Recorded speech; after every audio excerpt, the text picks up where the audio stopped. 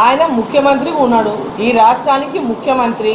ఈ జిల్లాలో ఆయన నియోజకవర్గం ఈ మామునార్ పార్లమెంట్లోనే ఉంది. అంటే ఎందుకు మాటి మాటికి రేవంత్ రెడ్డి గారు నన్ను గద్దె దింపుతారంట, నన్ను దింపేస్తారంట అని ఒదికి సింపతి కోసం ప్రయత్నం చేస్తున్నాడు.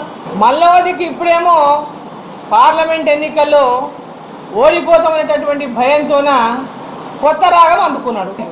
ఈరోజు మిమ్మల్ని చూసి ఓటేయలేదు, కేసీఆర్ మీద వ్యతిరేకతతో మీకు ఓటేసింది. వాపును చూసి బలుపు అనుకుంటున్నారు మీరు కాంగ్రెస్ లో ఉన్నటువంటి నాయకులు.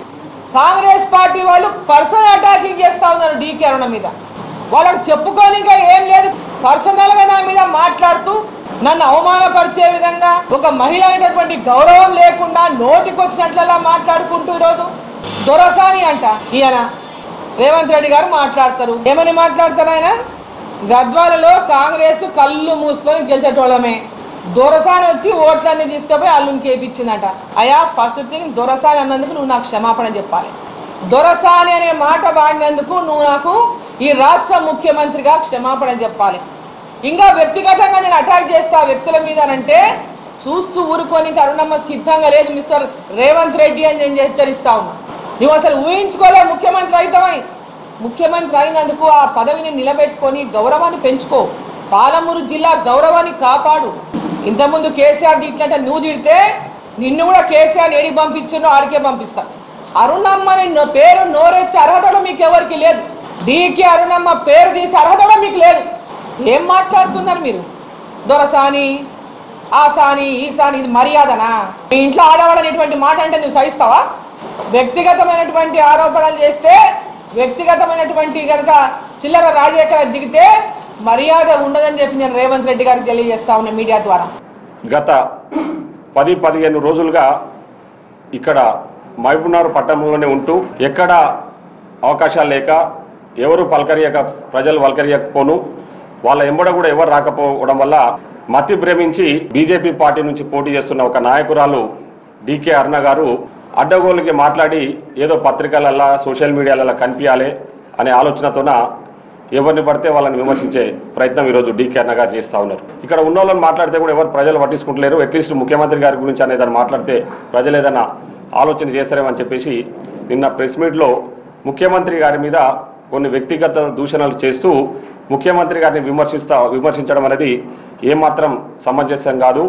నీ స్థాయి అది కాదు. నీ స్థాయికి మించి నువ్వు ముఖ్యమంత్రి, మా ముఖ్యమంత్రి గారి గురించి ఈరోజు ప్రజలందరూ మెచ్చిన ముఖ్యమంత్రి, ప్రజాపాలన అందిస్తున్న ముఖ్యమంత్రి గౌరవనీయులు రేవంత్ రెడ్డి గారి గురించి నువ్వు నిన్న మాట్లాడిన మాటలను మేము ఈరోజు తీవ్రంగా ఖండిస్తా ఉన్నాం. నువ్వు మా ముఖ్యమంత్రి గారి గురించి, ఆయన తెలివి గురించి మాట్లాడుతూ ఉన్నావు. నీకు తెలివి ఎక్కడుంది? అసలు నీకు తెలివి ఉంటే ఇట్లాంటి పిచ్చి రాజకీయాలు చేయవు అసలు. ఎందుకంటే నీ రాజకీయాలన్నీ కూడా నీ అవసరం కోసము, నీ భర్త అవసరాల కోసం, మీ కుటుంబ అవసరాల కోసమే నువ్వు రాజకీయాల్లో ఉన్నావు.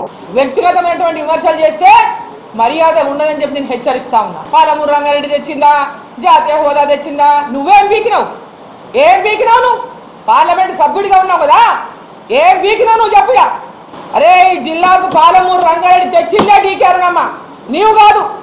పాలమూరు రంగారెడ్డి ఎట్టకేలా వచ్చింది తెలుసా నీకు? రేవంత్ రెడ్డి గారు తెలుసా ఎట్టకేలా వచ్చిందా పాలమూరు రంగారెడ్డి?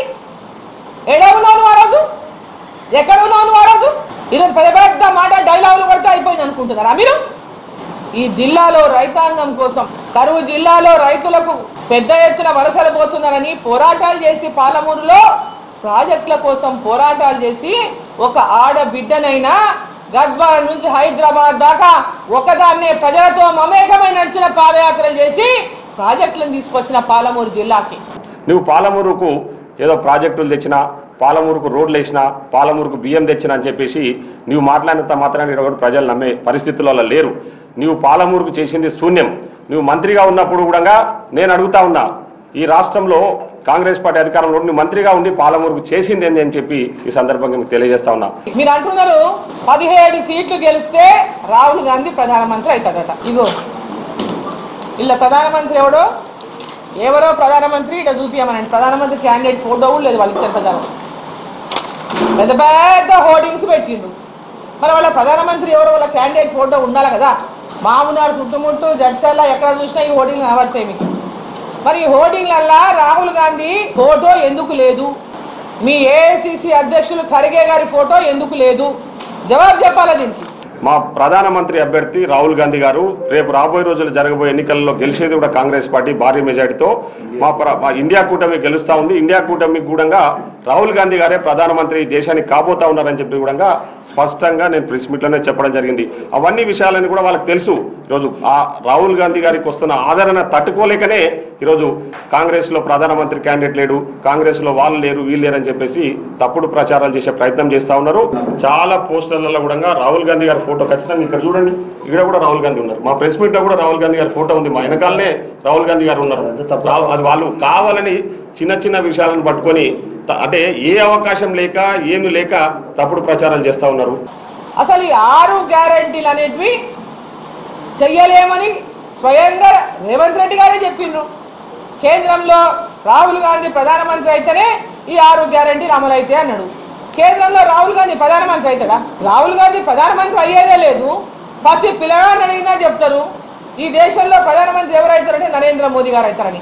అంటే ఈరోజు దేశంలో రాహుల్ గాంధీ అయ్యేది లేదు, కాంగ్రెస్ పార్టీనే లేదు దేశంలోన. కాబట్టి 6 గ్యారెంటీలు అమలు అయ్యేది లేదు. మా 6 గ్యారెంటీల గురించి నువ్వు మాట్లాడే స్థాయి ఎక్కడిది నీకు? 6 గ్యారెంటీలలో ఆల్రెడీ అమలైతా ఉన్న 5 గ్యారెంటీలు కళ్ళకు కట్టినట్టు ప్రజలు ఆస్వాదిస్తూ ఉన్నారు. ఈరోజు ఆర్టీసీ బస్సులలో మహిళలకు ఉచిత బస్సు సౌకర్యం, ఆరోగ్యశ్రీ రాజీవ్ ఆరోగ్యశ్రీని బ్రహ్మాండంగా అమలు చేస్తూ ఉన్నాం. అదేవిధంగా 200 యూనిట్ల వరకు కూడా కరెంటు ఉచితంగా ఇస్తూ ఉన్నాం. ఇండ్ల విషయం కూడా మేము ఆల్రెడీ స్పష్టంగా చెప్పినాం. ప్రతి నియోజకవర్గానికి 3500 ఇండ్లు పక్కా ఇందిరమ్మ ఇండ్లు ఇవ్వబోతా ఉన్నామని చెప్పేసి కూడా చాలా స్పష్టంగా చెప్పినాం. ఇండ్లతో పాటు ఈరోజు మీరు ఇంకా మిగతా పథకాలన్నీ కూడా మేము అందిస్తూ ఉన్నాం.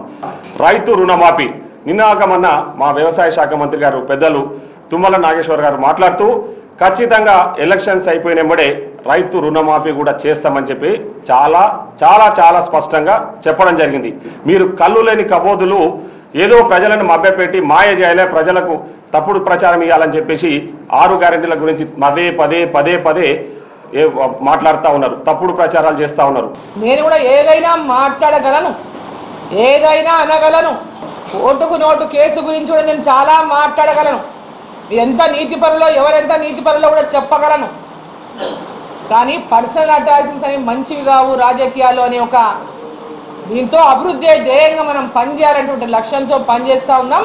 మీరు కూడా అదేటటువంటి అలవాటును చేసుకుంటే మంచిదని చెప్పి మీడియా ద్వారా రేవంత్ రెడ్డి గారికి నేను కోరుతాను. నువ్వు లోకల్గా ఉండి చేసేది ఏంటంటే రేపు పొద్దున నీవు ఏమైనా గెలిస్తే నీతో పాటు మీ భర్త కూడా వచ్చేసి ఊరు ఒక వైన్ షాప్ ఓపెన్ చేసి ఇట్లకెళ్ళి కాంట్రాక్టర్ మీరే చేయాలి, ఇట్లకెళ్ళి వైన్ షాపులు ఇట్లకెళ్ళి కళ్ళు దుకాణాలని మళ్ళీ కాంట్రాక్ట్ తీసుకొని ప్రజలను భయపెట్టడానికే మీరు చేస్తున్న ప్రయత్నం తప్ప వేరే ఒకటి కాదు. ఈరోజు నిన్న పాలమూరుల శ్రీనివాస్ గౌడ్ ఏదైతే అరాచకాలు చేసిండో మొన్నటి వరకు అంతకంటే ఎక్కువ అరాచకాలు రేపు నీవు ఈయన గెలిస్తే నీ భర్త వచ్చి ఆ పనులు చేసే అవకాశాలు ఉంటాయి. ఇంత గతంలో ఆ విషయాలన్నీ కూడా ప్రజలకు తెలుసు. ఈ డీకేఆర్న పీకేఆర్న గురించి మీరు మర్చిపోండి దయచేసి. ఎందుకంటే ఇక్కడ ఆమె వచ్చి ఉద్ధరించేది ఏమీ లేదు, చేసేది ఏమీ లేదు.